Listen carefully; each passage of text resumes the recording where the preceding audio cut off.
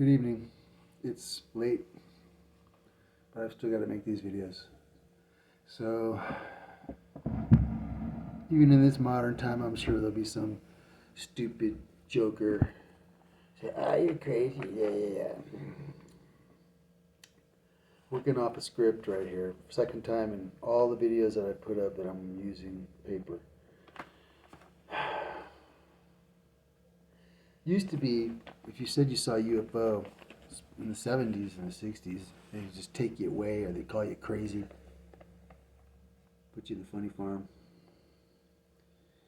Or the government just took you away and you never came back. That's true.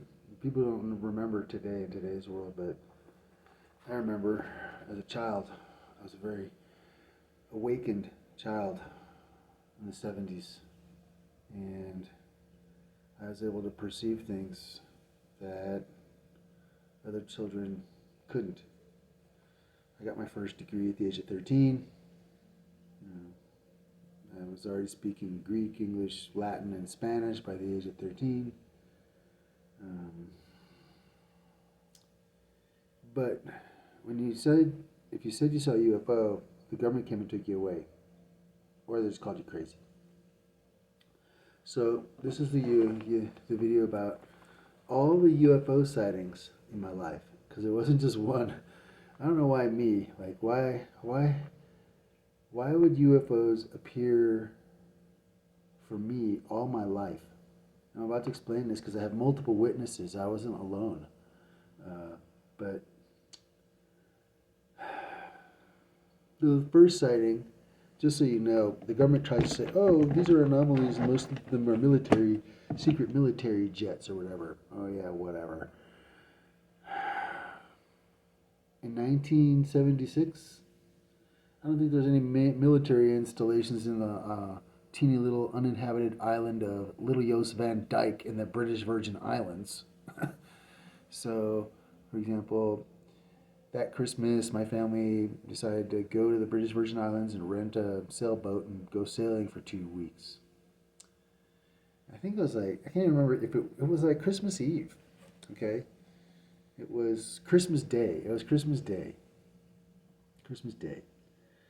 And I remember because when we saw the UFO, my older brother and I tried to wake our parents up. And I remember the comment, haven't we given you enough attention all day long? So the first story is about this. Could be the largest fishing, it's the biggest fish story ever, okay? Because, my brother and I, we had asked our father to buy these fishing poles and strong fishing line to catch the big one, right? So that night, when everybody had gone to bed, my older brother and I were off the side of the boat. Oh, and Little Jos Van Dyke has a half-moon bay. So we were anchored in the half-moon bay, and we were fishing on the bay side of the boat. And all of a sudden, something bit our line. And started taking the line out really fast. And actually so hard, both of us were holding onto the pole, and the pole was like pointing down at the water, and the line was going underneath the boat out to the open ocean. Whatever it was, bit our line and was going out to the open ocean with that. But the most curious thing is the whole bay lit up with the phosphorescence in the water. All the fish and whatever that was there were disturbed, and they all started moving. So the whole bay lit up. It was crazy. And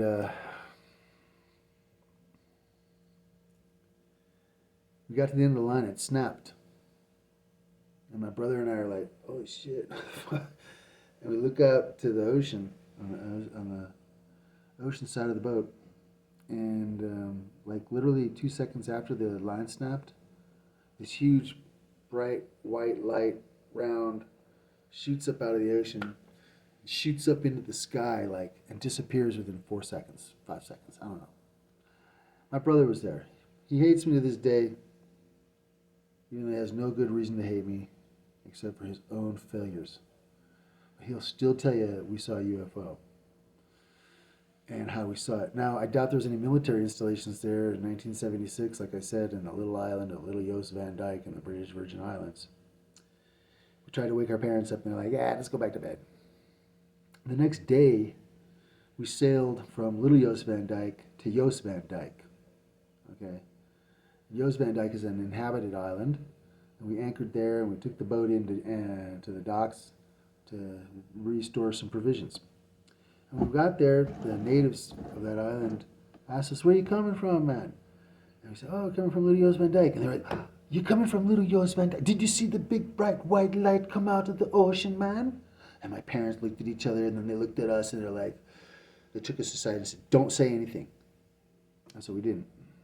We were severely repressed in that moment and that day to never say anything about it. Because my dad was a Harvard professor. The last thing he wanted was a story coming out about his kids seeing a UFO and us getting taken away by the government. Okay? But that was the first story. And I don't know exactly what it was that bit our line or what the relationship to our fishing line was to a possible UFO that shot up out of that water and disappeared in the stars. But that's what happened. And my brother will corroborate that story. I was a child. I wasn't high on drugs. I wasn't drinking. Okay. So, many, many years later, I don't remember if I saw a UFO in between that time and 1999. It's possible. My memory fails me sometimes at the age of 58. But I don't remember specifically seeing any UFOs. A lot of other weird supernatural things occurred, but I'll talk about that in a different video. So in 1999, I happened to be in San Cristobal de las Casas on New Year's Eve with my ex-wife, who was at that time my girlfriend. And we were hanging out in the main square of San Cristobal de las Casas on New Year's Eve of 1999-2000.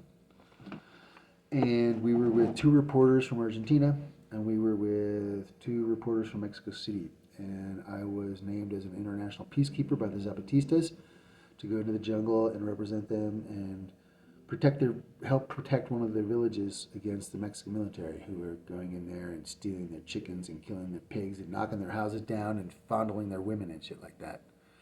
So me as an international peacekeeper, that was the second time I was hired by the Zapatistas as an international peacekeeper, because I'm actually very neutral. As a certified translator, being neutral is an important thing. So that night, the next day I was going to go into the jungle and do my duty, my civic duty. But that night on New Year's Eve, right, I looked up and I was like, holy shit, look at that. Is this bright orange light rolling like a wheel right above us? I don't know, probably 50 yards, 100 yards above us. 100 yards. And I said to my ex, "Hey, look at that thing." And she looks up, and the other people with us look up, and we're like, "Oh my God, what the hell is that thing?" We couldn't understand what it was. It's like revving up. And all of a sudden it shot off into the distance and disappeared. Well, as soon as we lost it from our sight, we looked up again, and all of a sudden this orange light reappeared right above us. And shot off again. Now, what it was exactly, I don't know. But I doubt on New Year's Eve the U.S. government or any other government in the world had anything so sophisticated that they would just use it to like shoot around San Cristobal de las Casas just because they were like wanting to, because it's New Year's Eve. So, another UFO. What it was exactly, I'm not sure. But the next day, the Argentinians saw two UFOs. It was a full moon, and so during the daytime, they saw these UFOs on either side of the moon and moving like this weird situation. They explained to us later. I can't confirm that story because I wasn't there, but I can tell you that's what they said. So that was the second UFO experience I had.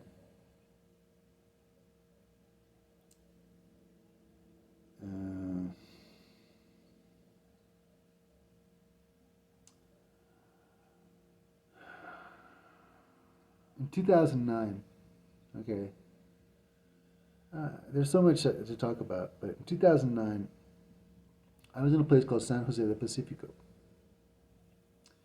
and in Oaxaca, and it was morning time. I was with a lady who was a friend of Maria Sabina's, and she was old then. She's even older now. I think she's still alive, or maybe she's passed away, but at that time in 2009, we were all drinking coffee in the morning at 10 a.m.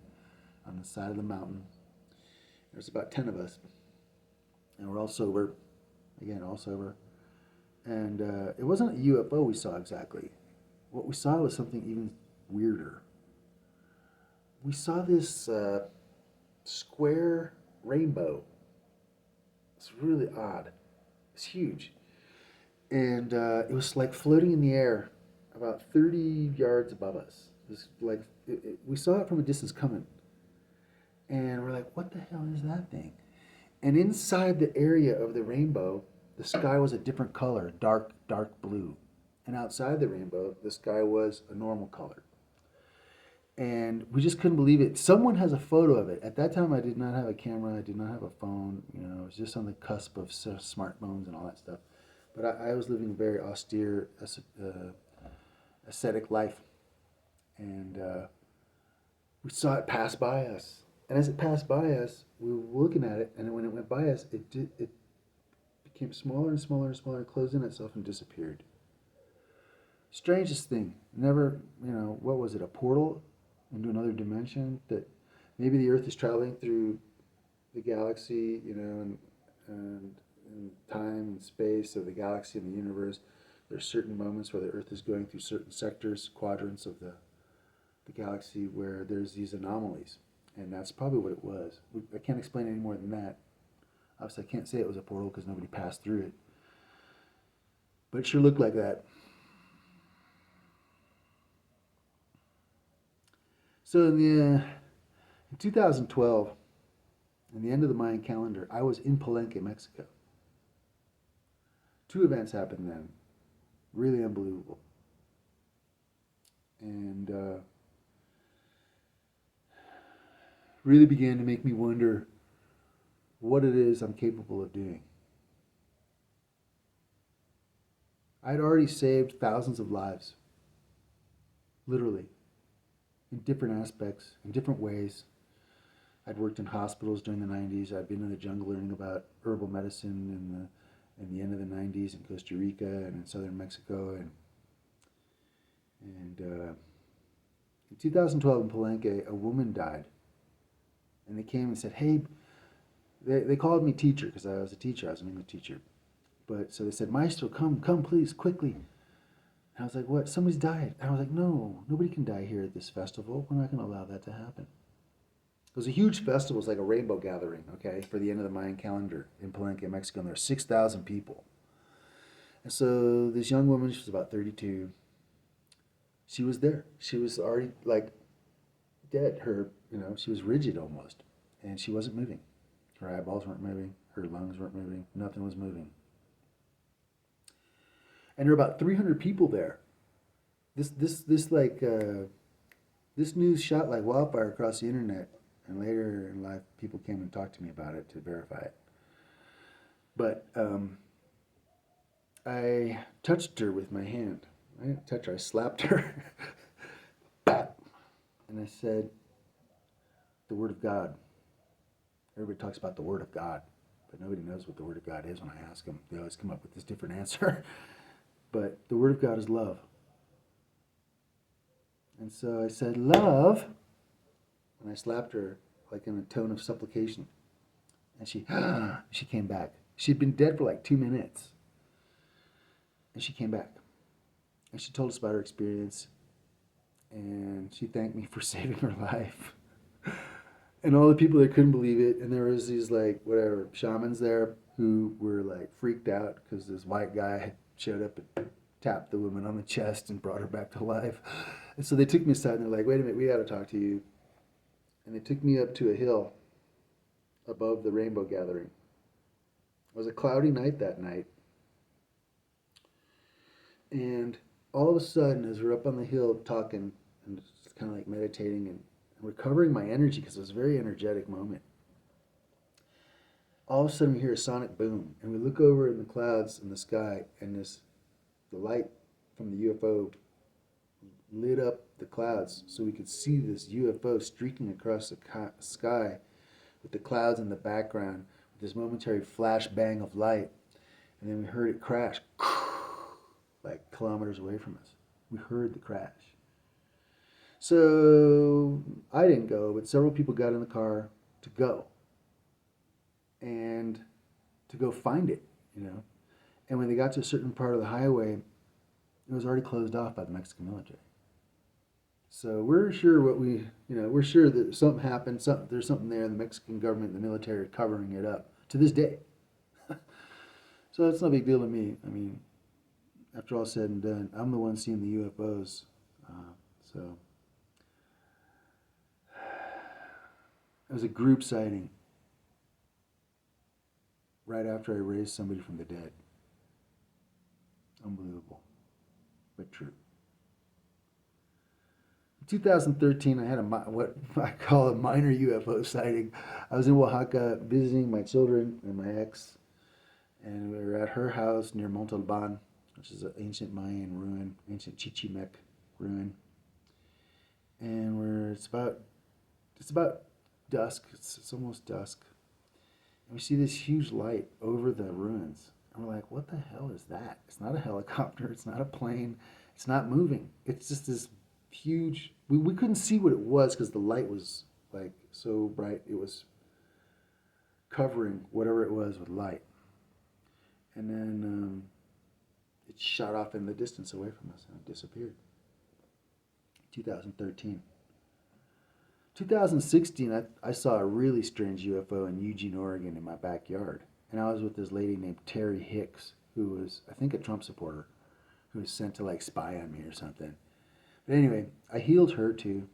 She had a serious problem. She had various problems, obesity, diverticulitis, and anxiety, and whatever, all this stuff. And so we were talking in my backyard, again, totally sober.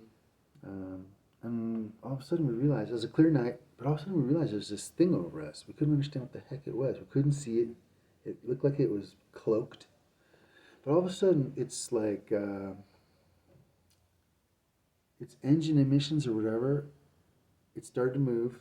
And the engine emissions looked like this mustachio, but like a wave, like the foam, the white foam of a wave rolling across the sky in the form of a mustachio. And we could see this thing was cloaked by darkness except for that mustachio. And we could see it moving away from us because it realized that we realized it was there watching us.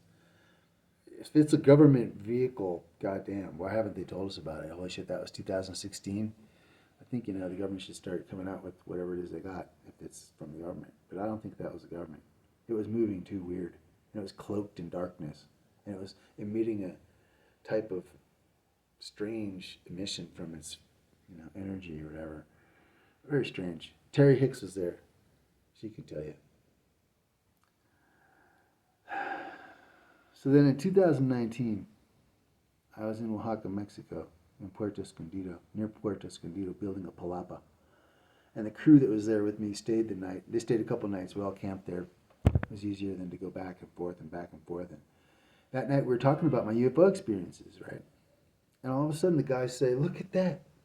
And we look up and there's these 3 UFOs.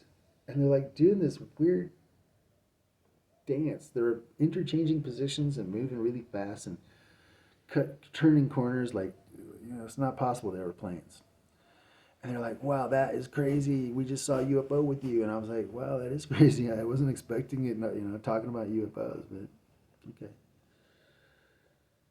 But the last UFO experience I had was the strangest. And nobody was with me for that one except my dogs. And I wish somebody had been there with me because it spooked the fucking hell out of me.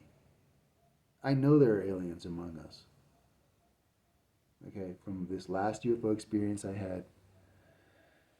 In 2020, I was sleeping in my palapa on the balcony. I like to sleep on the balcony. I didn't have any mosquito nets or nothing. The wind off the ocean kept the mosquitoes off me all night long. But that night, my dogs woke me up, barking like crazy. And so I kept my machete nearby all the time, because I was in the middle of the jungle, in the middle of a remote area with no neighbors practically. So if anybody wanted to roll up on me and do something to me, they probably could have. But I think they all knew that they shouldn't do that, and nobody, well, except for the people who tried to kidnap me and the people who shot at me that I talked about in the last video.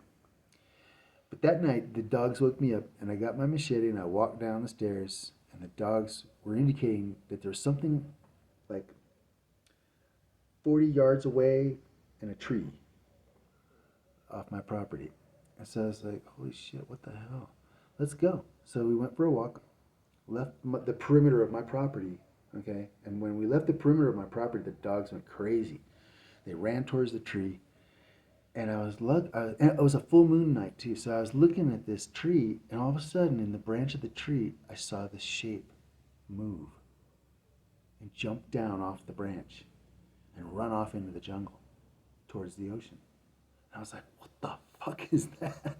Holy shit, it's not a human. What human would fucking sit in the tree and then jump down and run away from the dogs? I mean, if you're a human being showing up at my property at night in the middle of the jungle, you should just normally say hi because you're afraid I'm going to shoot you or something. But whatever it was, ran down to the ocean. And by the time I got back to the ocean, I'd gotten back to my palapa and I was on the balcony again. And I saw this huge orange orb all of a sudden appear above the ocean, right off the beach. And it shot down like 9 tentacles of orange light into the ocean. I don't know what it was doing. And all of a sudden the tentacles came back up and were retracted into the orb, and then it shot up into the sky and disappeared. Don't tell me there's not aliens, and don't tell me that you don't believe in UFOs. Because I just told you about how many sightings? 1, 2, 3, 4, 5, 6, 7, 8 sightings in my life.